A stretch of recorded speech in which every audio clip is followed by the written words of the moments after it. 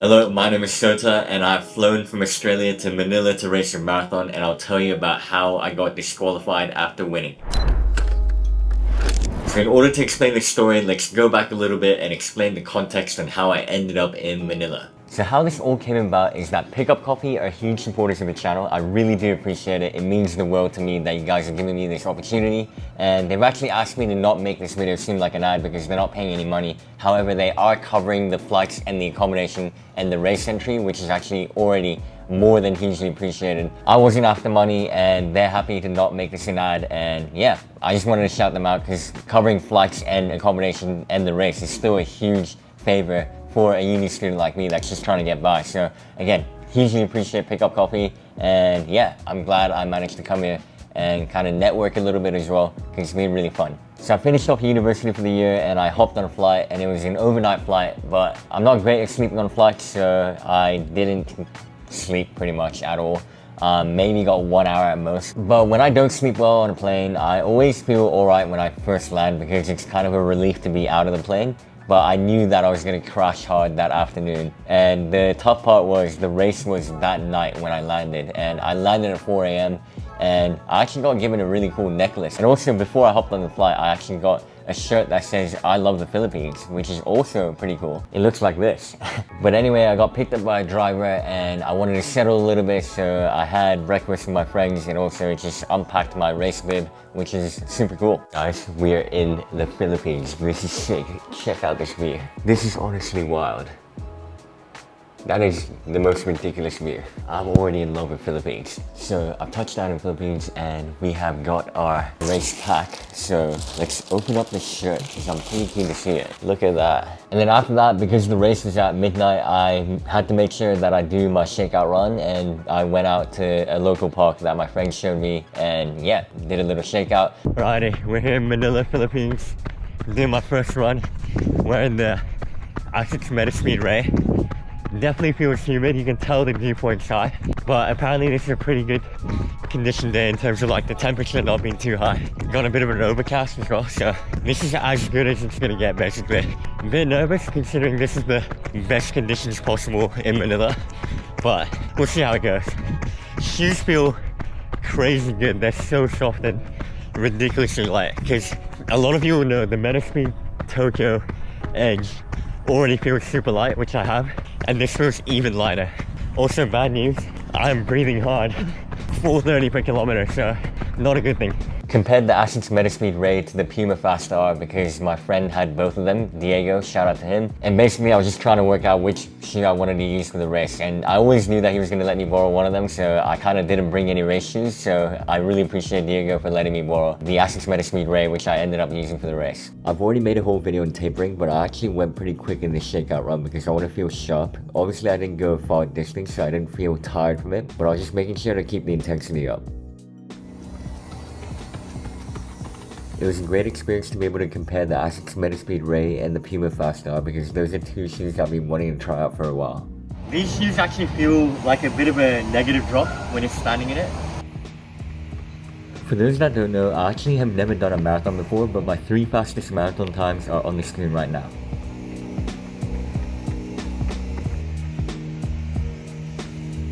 If you're in the Philippines, definitely make sure to check out Stray Miles electrolytes because they are very good. They're actually not that sweet, which I really like, and they got magnesium, potassium and sodium, which is the ultimate combo for electrolytes. I then had lunch with a bunch of people that I coach, and yeah, that was super cool to kind of meet people that I've been coaching online in person finally. And yeah, I met a couple of them in Sydney before because they raced the Sydney Marathon, but a couple other people I haven't met yet, so that was also super nice. I actually coached like 7 people in the Philippines, so it's actually really cool to be able to come over here and network with people that you have been working with for a long time. Alright guys, we have checked into the hotel, but we got 30 minutes to kill. We're gonna check out this cafe, which is right here. Alrighty guys, so we're just chilling in the room. Yeah, got the singlet ready.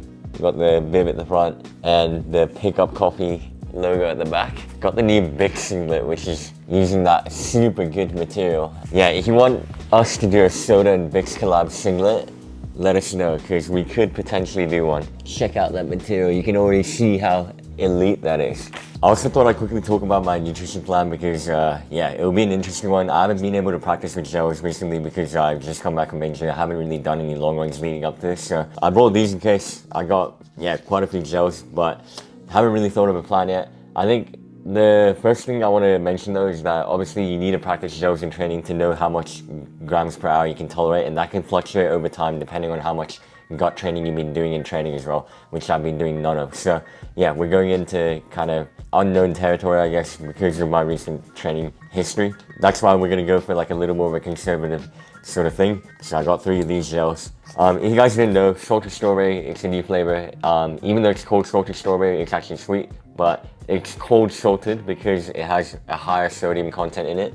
Because a lot of people in Southeast Asia use Vicks, and also Vlad, the founder, he used to live in Hong Kong. And yeah, because of how humid it gets there, he thought it'd be good to, yeah, make some gels with sodium in it. So yeah, the other flavors already have sodium in it, like it has 200 milligrams of sodium, but the salted one has 300 milligrams, so a little bit more. So in a climate like, you know, Southeast Asia or Philippines, which is where I'm at right now, where it's a little more humid and you might be losing a bit more electrolytes, it's probably going to be handy to have that. But at the same time, I'm going to be losing a lot of fluid from sweating as well, so I think it's really important for me to stay hydrated so that I'm actually aiding the absorption of carbs with water as well. So yeah, plan is to definitely make use of the aid stations. I think in the past I would have tried to do the entire marathon without anything, and I have done like a 2:45 marathon in training, and that was like going slow in the warm-up and then doing like a workout, and I had like no water in that, which is absolutely insane. But yeah, in this humid climate, I'm not gonna take any chances. I think I definitely want to, yeah, give myself the best shot to not DNF especially. So yeah. Right guys, so as you know, a lot of people have seen on my Strava and Instagram that I actually got disqualified from the race, even though I ran the fastest time on the day, and also the fastest time in history of the race. And I ran the fastest time on the day by 11 minutes. But I just wanted to explain why I got disqualified, because obviously I'm not officially a winner,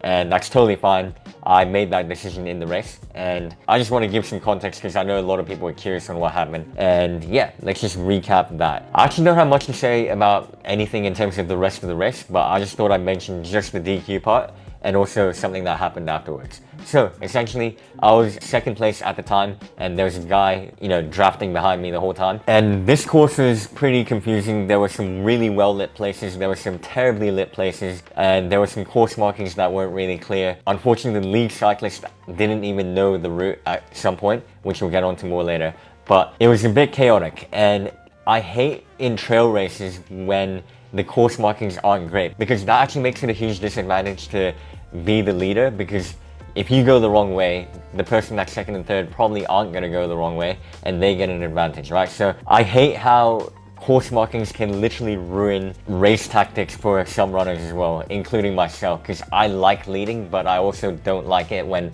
I have to go the wrong way, but the people behind me don't. But because I noticed this pretty early, that's why I was sticking to third place, and I was like, maybe we'll stick there for like 1 lap, because it's a 3-lap course, 14 Ks per lap. And yeah, I thought I'd take the sensible option of just seeing what 1 lap is like first. But I got pretty impatient at 8K.